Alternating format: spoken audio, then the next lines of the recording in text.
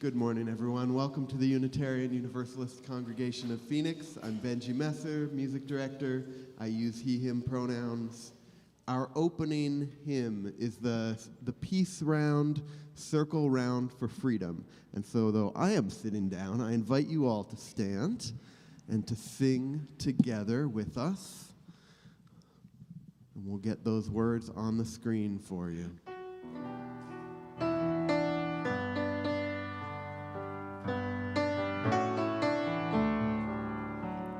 Circle round for freedom, circle round for peace, for all of us imprisoned, circle for release, circle for the planet, circle for each soul, for the children of our children. Keep the circle whole. Again, circle round. Circle round for freedom. Circle round for peace. For all of us imprisoned. Circle for release. Circle for the planet. Circle for each soul. For the children of our children. Keep the circle whole. Tag that. For the children of our children. Keep the circle whole. Please remain standing for our chalice lighting. Good morning, everyone. Good morning. My name is Amy McKlindon. My pronouns are she, her, and I'm delighted to be your worship associate this morning. Please join me as we recite our covenant and Leo Stevenson Brown lights our chalice. If you are watching remotely and have a chalice with you, please light it with us.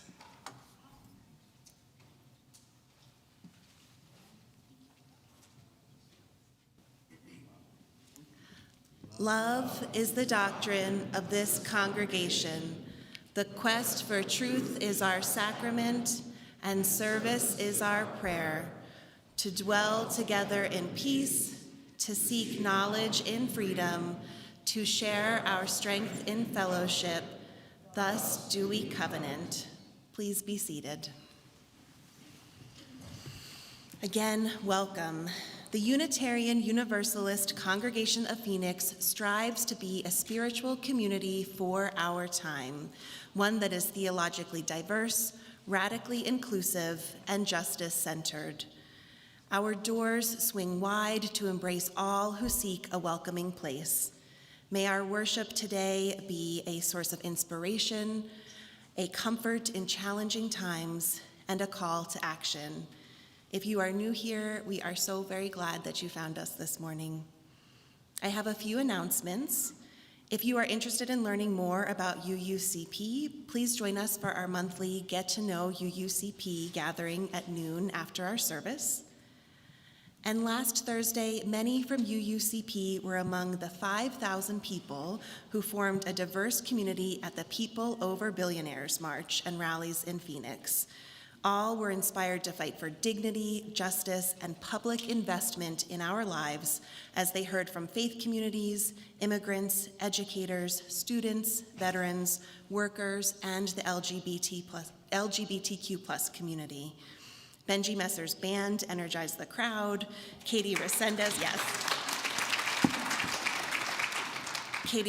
organized the congregation's contingent. Jade Barger took video, and Sandy Weir was a task leader for the Phoenix event. Thank you so much to everyone who participated. Another round of applause for them. Thank you. And now I'll invite Emerus up.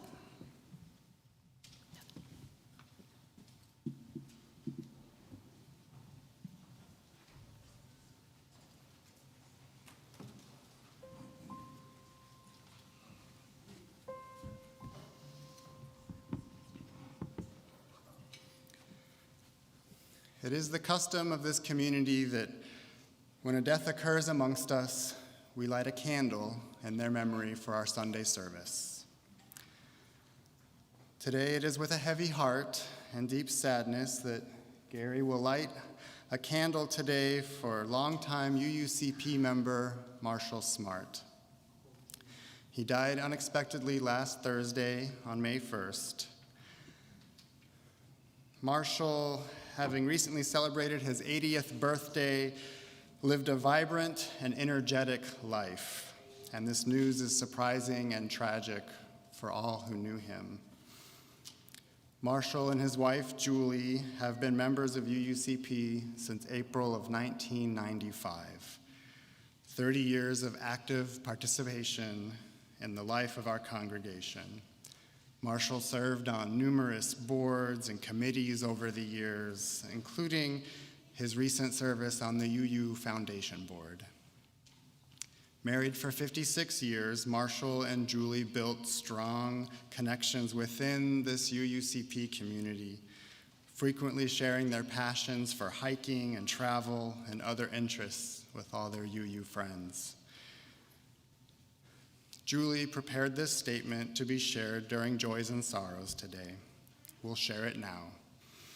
She writes, "It is with the greatest sorrow that the love of my life, Marshall, has died on the 1st of May. It is with the greatest joy that I remember a life of love with him." Julie is well supported by close friends in our caring ministry right now and appreciates our heartfelt thoughts and the love that we send her, but kindly requests no phone calls.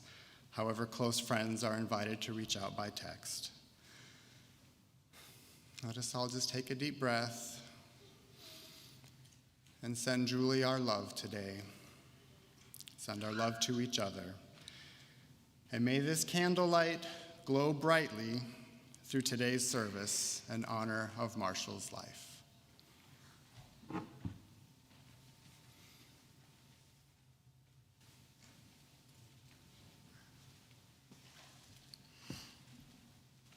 Thank you, Emerson Gary. Our minister, Reverend Christine Dance, is on sabbatical until the end of July.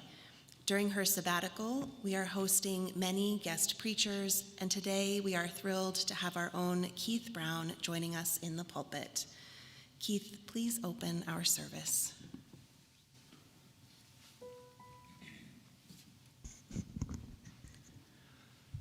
Good morning. Our opening words this morning are from David French, self-identified evangelical conservative and New York Times columnist. And he wrote these in November 2024. When you look at American history, there are moments of progress and there are periods of horrific backsliding. We're living in a moment of terrible backsliding, and it's our job to shorten the darkness. This isn't the end of anything. It's the beginning of the next phase of the fight to preserve this American experiment. We now invite anyone who would like to come forward for Together Time.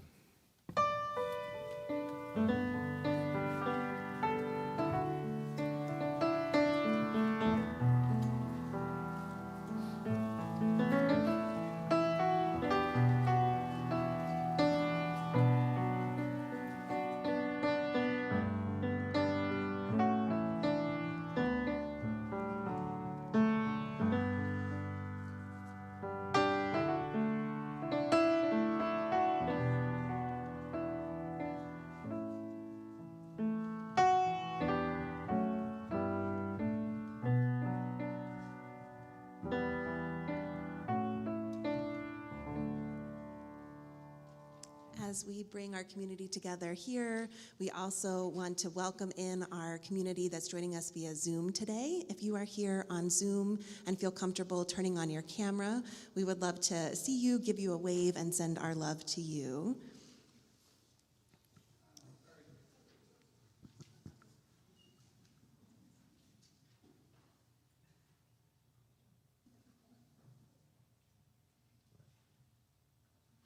And we'll check back in with them later in the service. So today, as Mr. Keith and I were talking about today's service, we're going to be talking about a gift he received from one of his ancestors, and it got us thinking about what are the different things that we receive from the people in our lives, whether that's our relatives and friends and community members that are here with us, those that have come before us, those that we're related to, and those that are our chosen family. So Mr. Keith, do you want to start us off with a question? We'd love to hear from all of you about this. Sure. Well, I guess that was the question, which is, what did you get? What do you get from your ancestors? What's something you got? Yeah. Dad jokes. Very important. Yeah.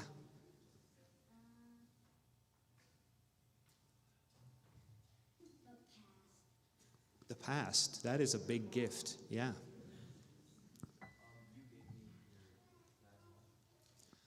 I did give you my dad's watch. Yeah, thanks, Leo. Yeah. Yeah, we had a watch. Yeah. Say it again. The love for nature. Yeah, that came down from people. The love for Unitarian Universalism. So we got love, we got things, we got the whole of the past. Yeah.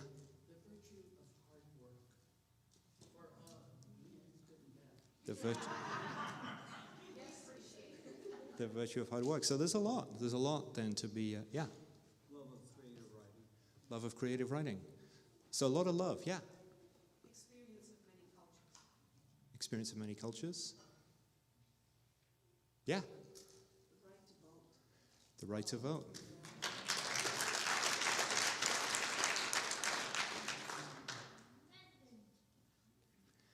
All right, so yeah. Freedom for women and Jews. Yeah. Right. There's a heritage here which is very thankful. So then I guess our next question, we only have 4 questions, and you don't have to answer them all. We just want to have them out there for people to think with. So the second is, so what do we owe them?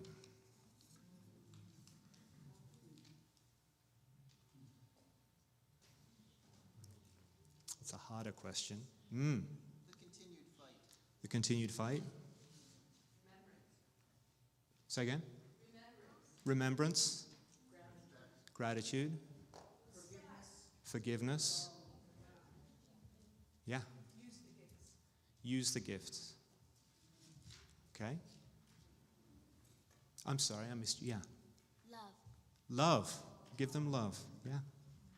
Never the wrong answer, right? Okay. 2 more then. Well, actually, this is sort of the same thing. What's the best way to show it?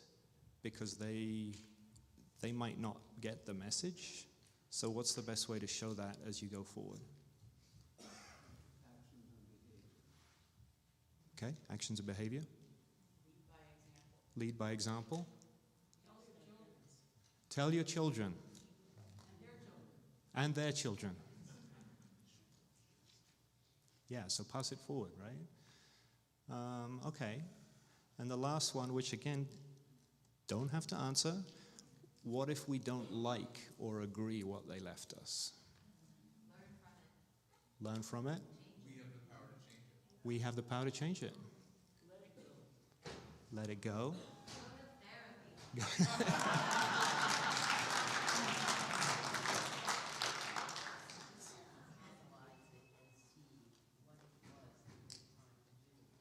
Analyze it and see what they were trying to do without judgment. And one more. Give it to somebody else in the family.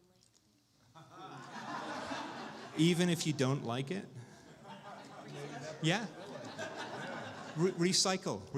That's excellent. Yeah. All right. Well, thank you all so much. I hope that's. I hope that you'll continue to think about those questions as we're talking more in this service. But thank you so much for your time.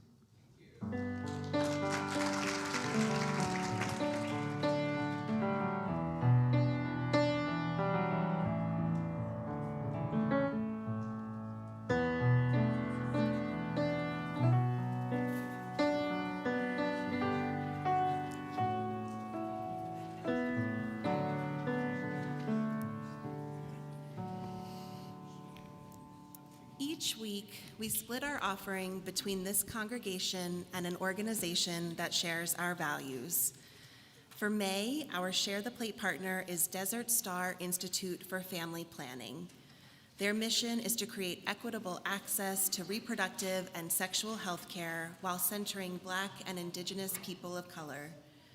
They envision a world where people exercise bodily autonomy, are free to decide whether or not to bear children, and raise families in safe, sustainable communities free from oppression and violence. For all that you give, we are so grateful. Ushers, thank you for your willing hands in helping us to pass the plate.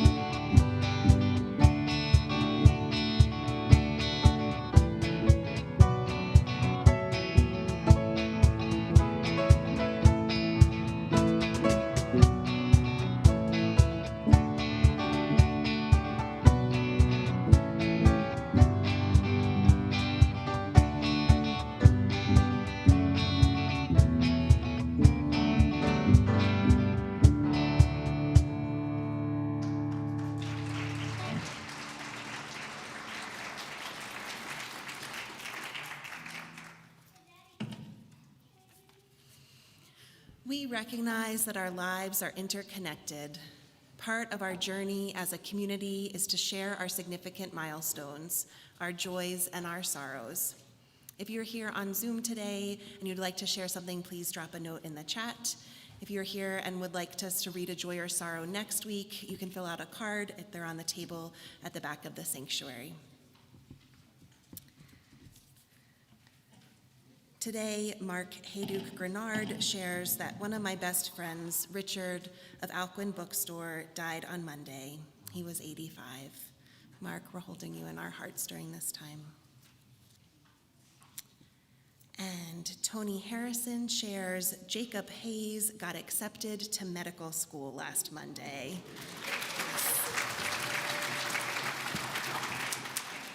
He flew out last night and starts school tomorrow. What? Tony says, what a whirlwind. What a whirlwind indeed, and what a beautiful whirlwind. Congratulations to Jacob. And we continue to hold Julie and all who loved Marshall in our hearts as we move into our time of meditation together. May our joys and sorrows, those that are named and those that are held in the silent sanctuaries of our heart, help to draw us closer and to care for one another. I now invite you to settle into your seats for our time of meditation and prayer. If you feel comfortable, you're welcome to close your eyes or soften your gaze.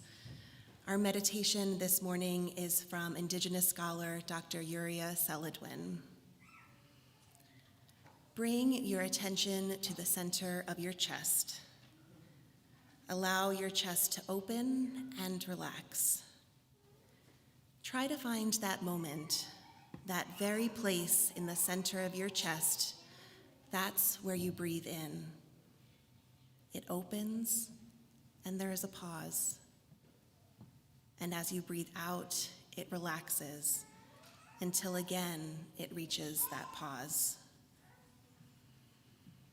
In that pause, we bring our awareness of our lineage, our elders, past, present, and emerging.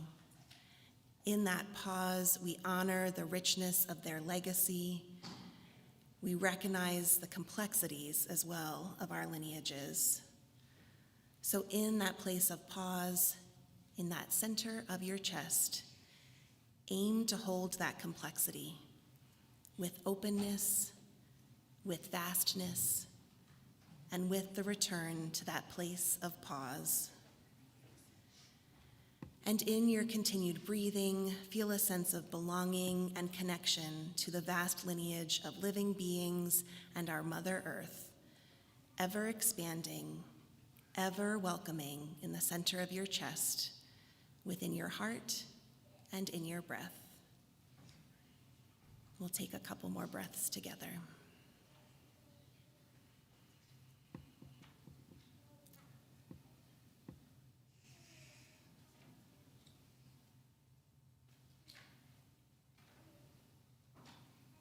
Amen, and blessed be. We have a song for you now about lineage, about looking back at our ancestors. It's We Are by Esai Barnwell.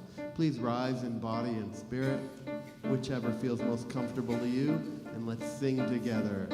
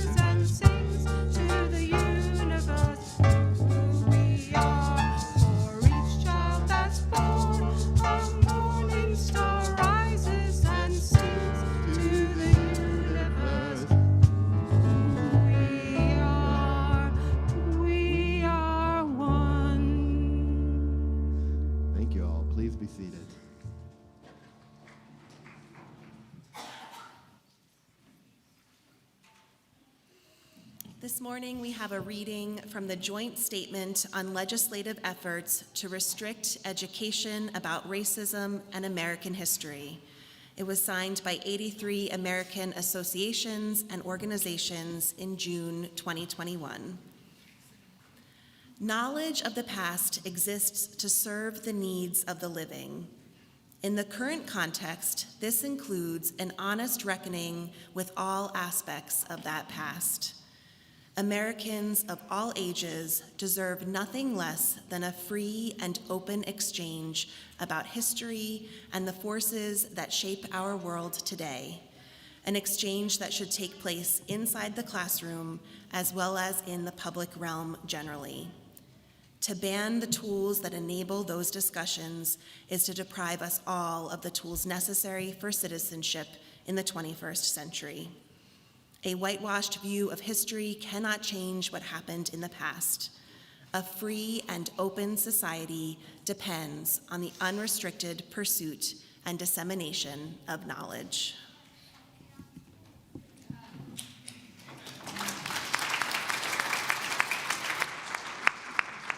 So just one more song for you before our sermon. This was from 2020 by the folk artist Joy Oladokun, who grew up just south of us in Casa Grande, and it's called I See America. I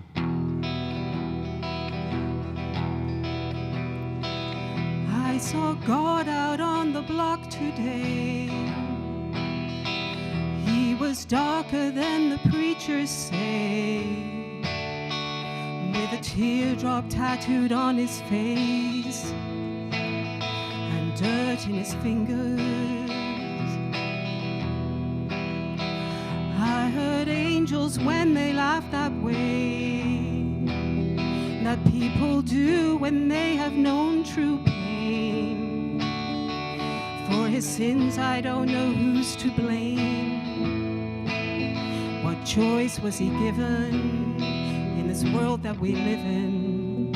When I see you, I see love, I see America. I feel your pain, I share your blood, I see America. Said your mother knows a different time. She lets her tongue slip with a glass of wine. She says some things out loud that don't feel right, and you always forgive her. Don't you see the world is changing now? Blood of the fallen cries out from the ground. Violence and rumors in a southern town both start with a whisper, but so does the difference. When I see you, I see love, I see America. I feel your pain, I share your blood, I see America. When I see you, I see love, I see America. I feel your pain, I share your blood, I see America. When I see you, I see love, I see America. I feel your pain, I share your blood, I see America.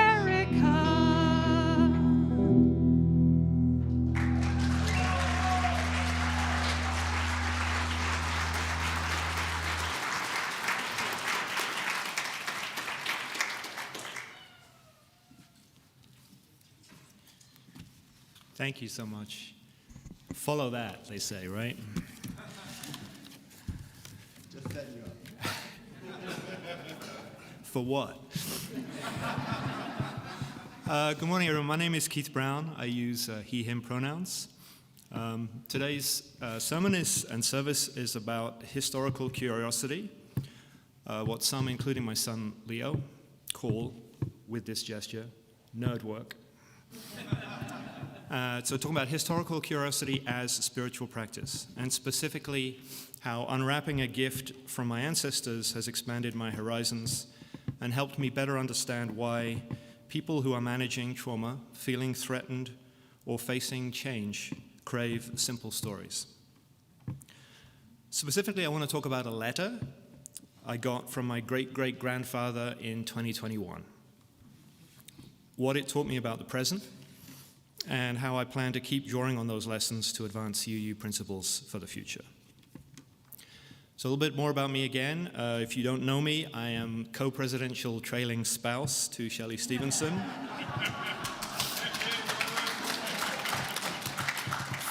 Father to Chloe and Leo. I was born in Northern Ireland. I grew up in England, attended graduate school in Chicago, taught for many years in Providence, and in Providence I became a Unitarian in 2003 and American in 2008, and then in 2017 I dragged everyone to Tempe, Arizona. So I've made my living out of curiosity about other people's histories and cultures. So I missed out on high school and college in the United States, and so I have a lot of ground to catch up when it comes to US history, and that's become painfully obvious while trying to help Leo prepare for his AP US history exam. So I did learn a lot teaching at Brown University, whereas the first Black Ivy League president, Ruth Simmons, also commissioned the country's first university self-study of where the founders' money came from and what we should do with that knowledge. It was only when reading Brown's 2006 Slavery and Justice report that I learned about the triangle trade, which I know is late. You all knew about it a long time ago. But for me, it felt very personally. So I knew that the triangle trade made Rhode Island rich by carrying slaves from West Africa to the Caribbean sugar plantations, sugar and molasses from those plantations to the rum distilleries of Providence, and then rum from New England to West Africa. The report zoomed in on the horrific last voyage of the slave ship Sally, which was financed by the four Brown brothers, where 109 Africans died in the Middle Passage. And that experience sparked Moses Brown's epiphany on shared humanity, leading him into Quakerism, anti-slavery activism, and arguments with his brothers who continued to do business. So slavery then fit into complex systems, producing both horrific outcomes and personal transformations.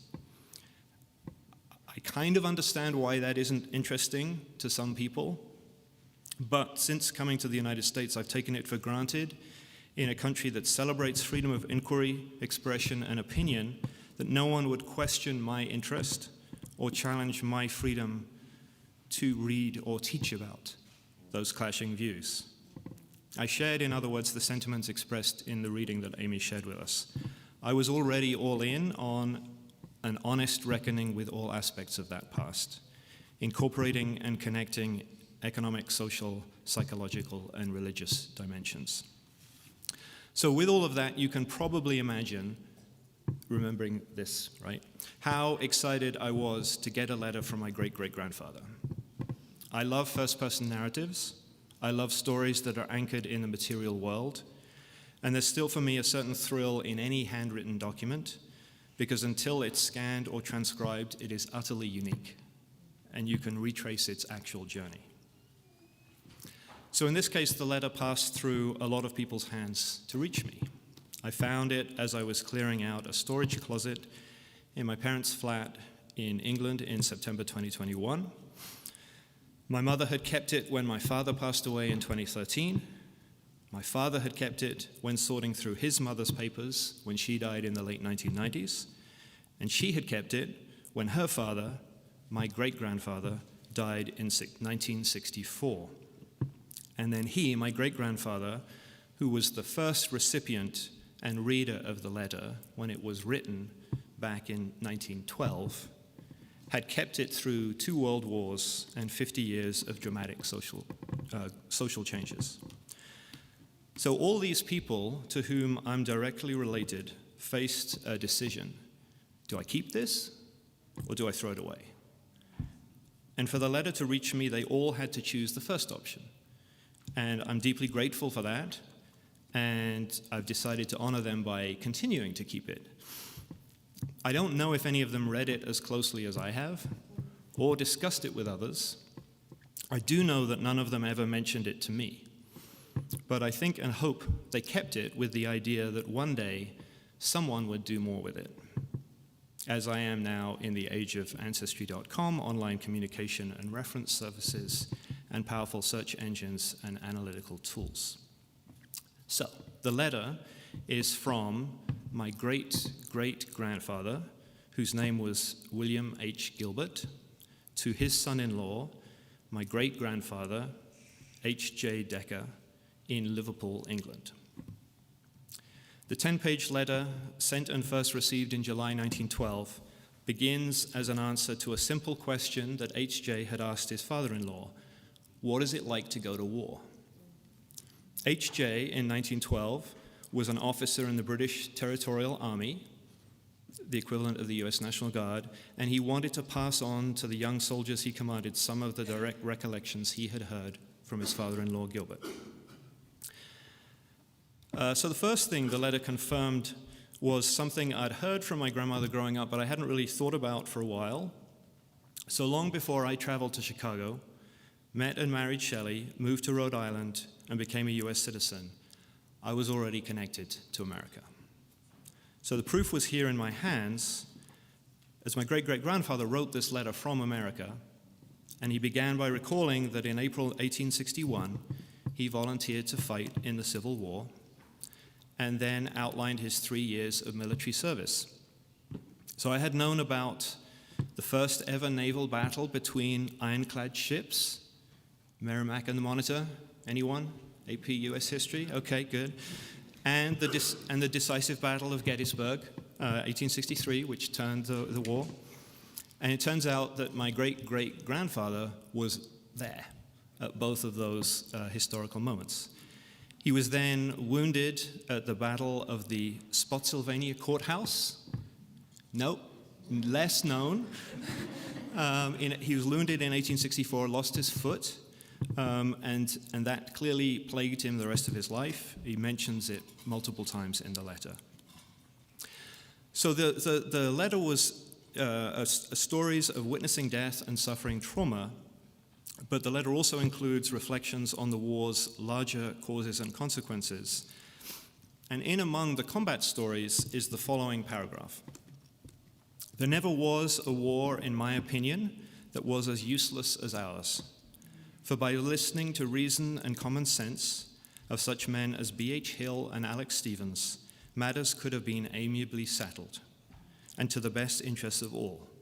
For slavery was a doomed institution, and could have been abolished gradually, without a drop of blood being shed. But hot-headed politicians inflamed the people with their fire-eating speeches, and the people went wild, and into war we plunged head foremost. Now, there is an entire research paper to be written unpacking this paragraph. And if you'll bear with me for the next 2 hours, I'll be happy to take anyone who wants to go down some of the rabbit holes I visited, but I won't do that now. But I will just reveal what you've probably already figured out from context clues. In the Civil War, my ancestor W.H. Gilbert fought on what I have spent my life thinking of as the wrong side. In April 1861, he enlisted in the 4th Regiment of the Georgia Infantry in his hometown of Albany, Georgia. After being wounded in 1864, he returned to Albany, where he went on to become alderman and then served for 5 years as mayor in the 1880s and the 1890s. Now, those phrases in that paragraph I read, there never was a war as useless as ours, and slavery was a doomed institution, at first suggest that W.H. Gilbert became a critic of the so-called Old South. But glimpsing into the rabbit hole with me, the two leaders he specifically names as representing reason and common sense, B.H. Hill and Alex Stevens, were wartime Confederate leaders and post-war Georgia politicians best known for speeches that invoked divine authority for white supremacy. And when I delved beyond the letter to learn more about William Gilbert's childhood and background, I learned from the 1860 Federal Census slave schedules that his father owned a plantation in Lee County, Georgia, where 26 enslaved people who go unnamed in the records lived and worked. So 110 years after he wrote it, what this paragraph tells me is that my great-great-grandfather lived his life inside a big lie. That, as Alex Stevens asserted in his infamous Cornerstone speech, the Creator made races unequal. In his case, and that of other white Southerners, this was a lie that came into being and was perpetuated to try and cover over a contradiction and salve white consciences. The prosperity of Southern planter families like the Gilberts rested on the cultivation of cotton as a cash crop. Cotton cultivation is labor-intensive, so planters sought to keep labor costs as low as they could. Economically, slave labor allows for the greatest profits, but enslaving fellow humans, robbing them and their children of freedom and dignity, also imposes spiritual and moral costs on the enslaver. To offset those costs, the fiction of racial hierarchy provided comfort and rationale to the enslavers. And hence the big lie, the twisting of both religious scripture and the law of the land to justify the maintenance of an inhuman institution.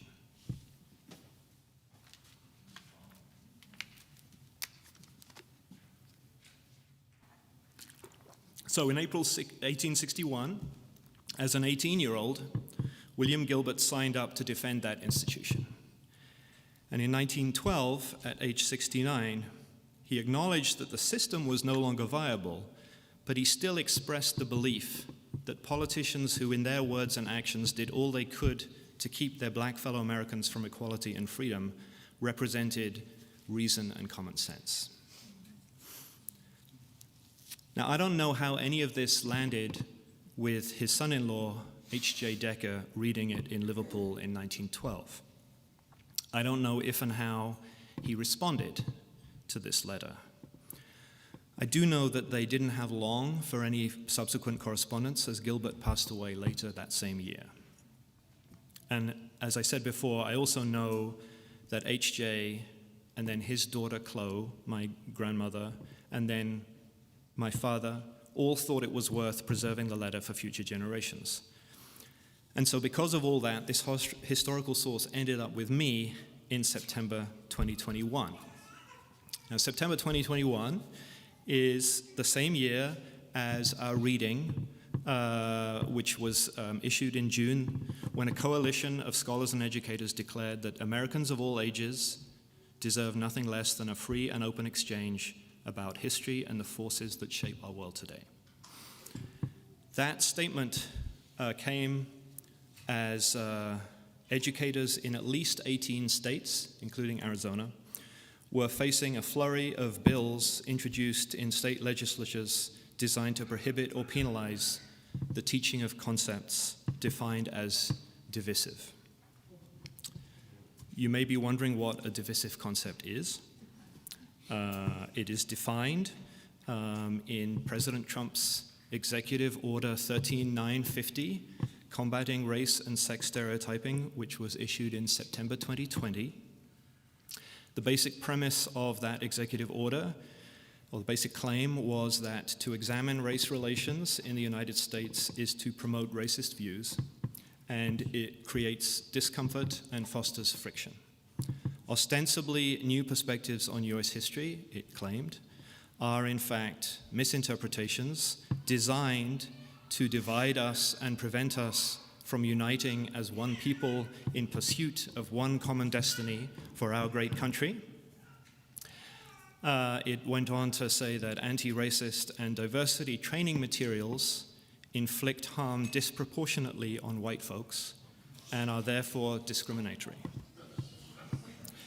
So the quotes from a Smithsonian-produced guide cautioning that facing your whiteness is hard and can result in feelings of guilt, sadness, confusion, defensiveness, or fear.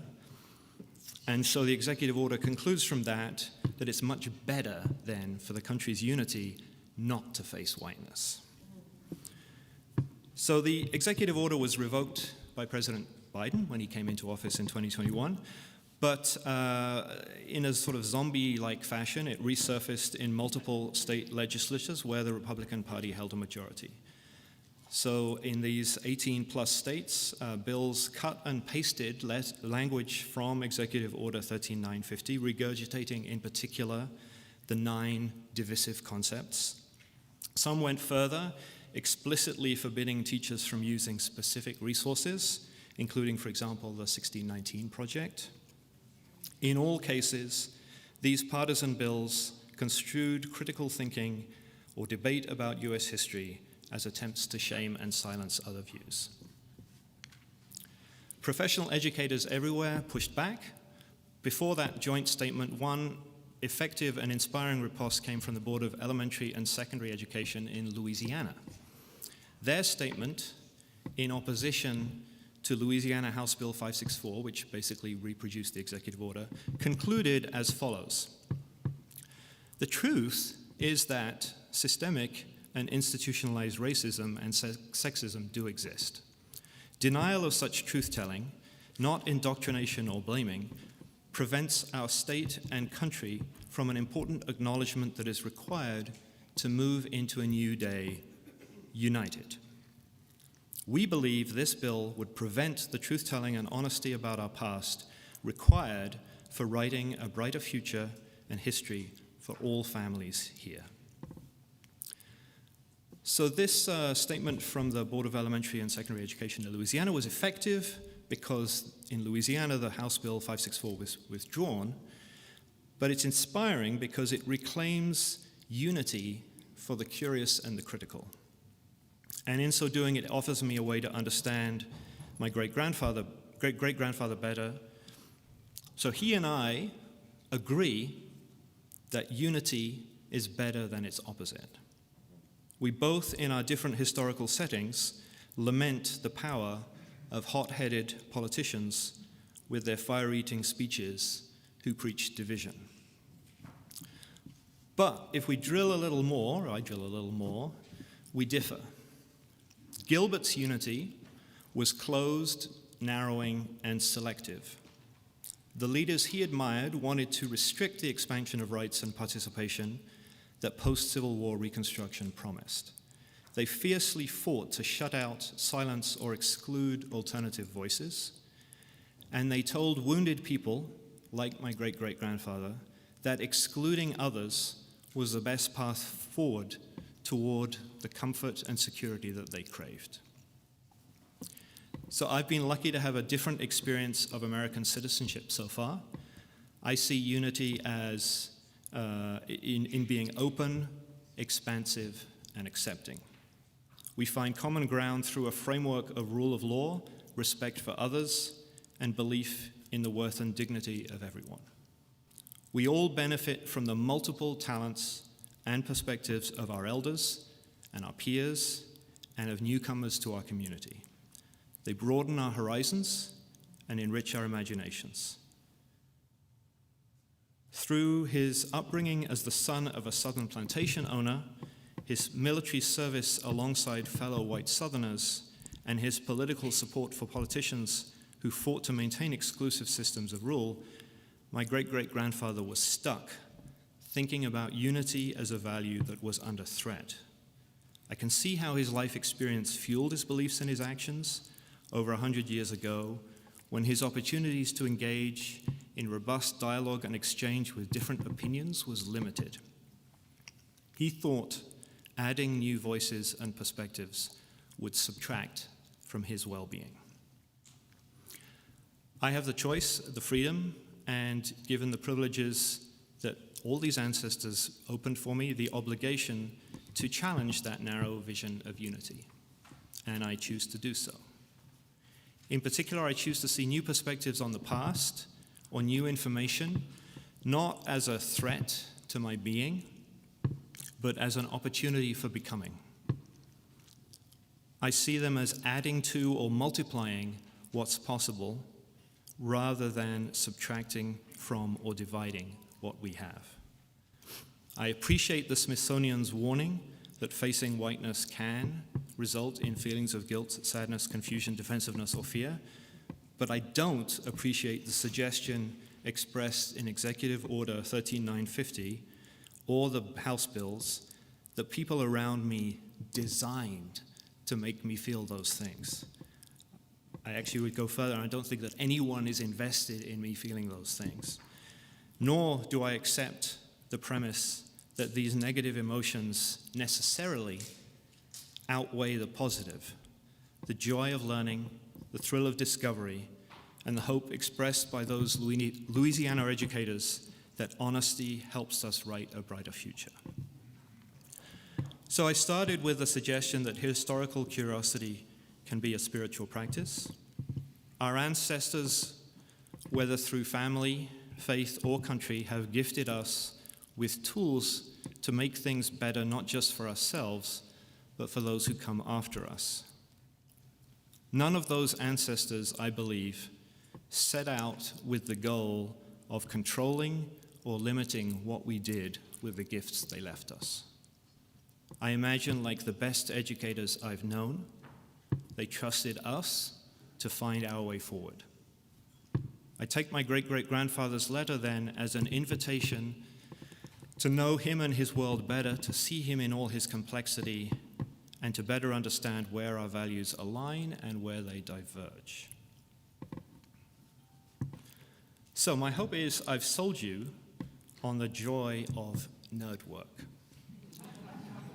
and that I've maybe motivated you to dig around a little yourselves, in your attics, in your family memories, in the wide, wide world of the internet, and start sharing what you find. I imagine that in our shared Unitarian principles, we all agree that a free and open society depends on the unrestricted pursuit and dissemination of knowledge. Can I get a yes? Yes. Okay, then let's all go and do it.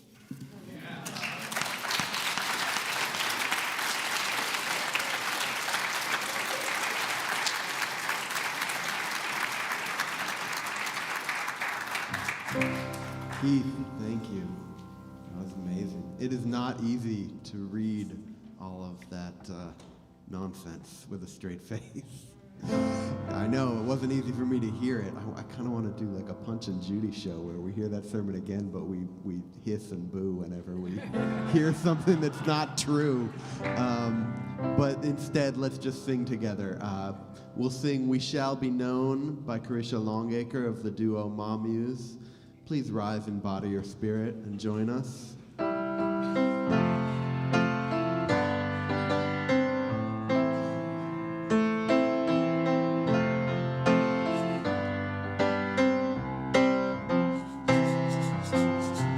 We shall be known by the company we keep, by the ones who circle round to tend these fires. We shall be known by the ones who sow and reap the seeds of change alive from deep within the earth. It is time now. It is time now that we thrive.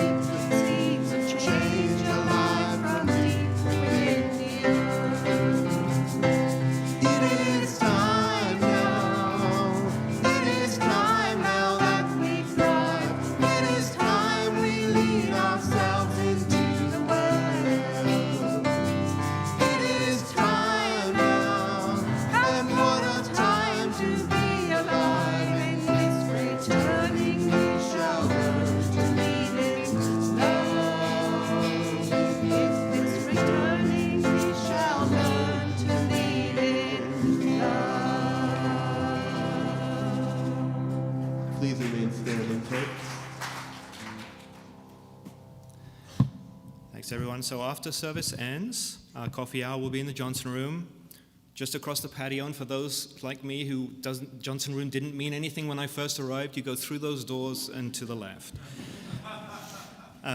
Noon activities will be listed on the screen. And our closing words are from Mary Oliver, taken from her poem Mornings at Blackwater, published in her 2008 collection Redbird.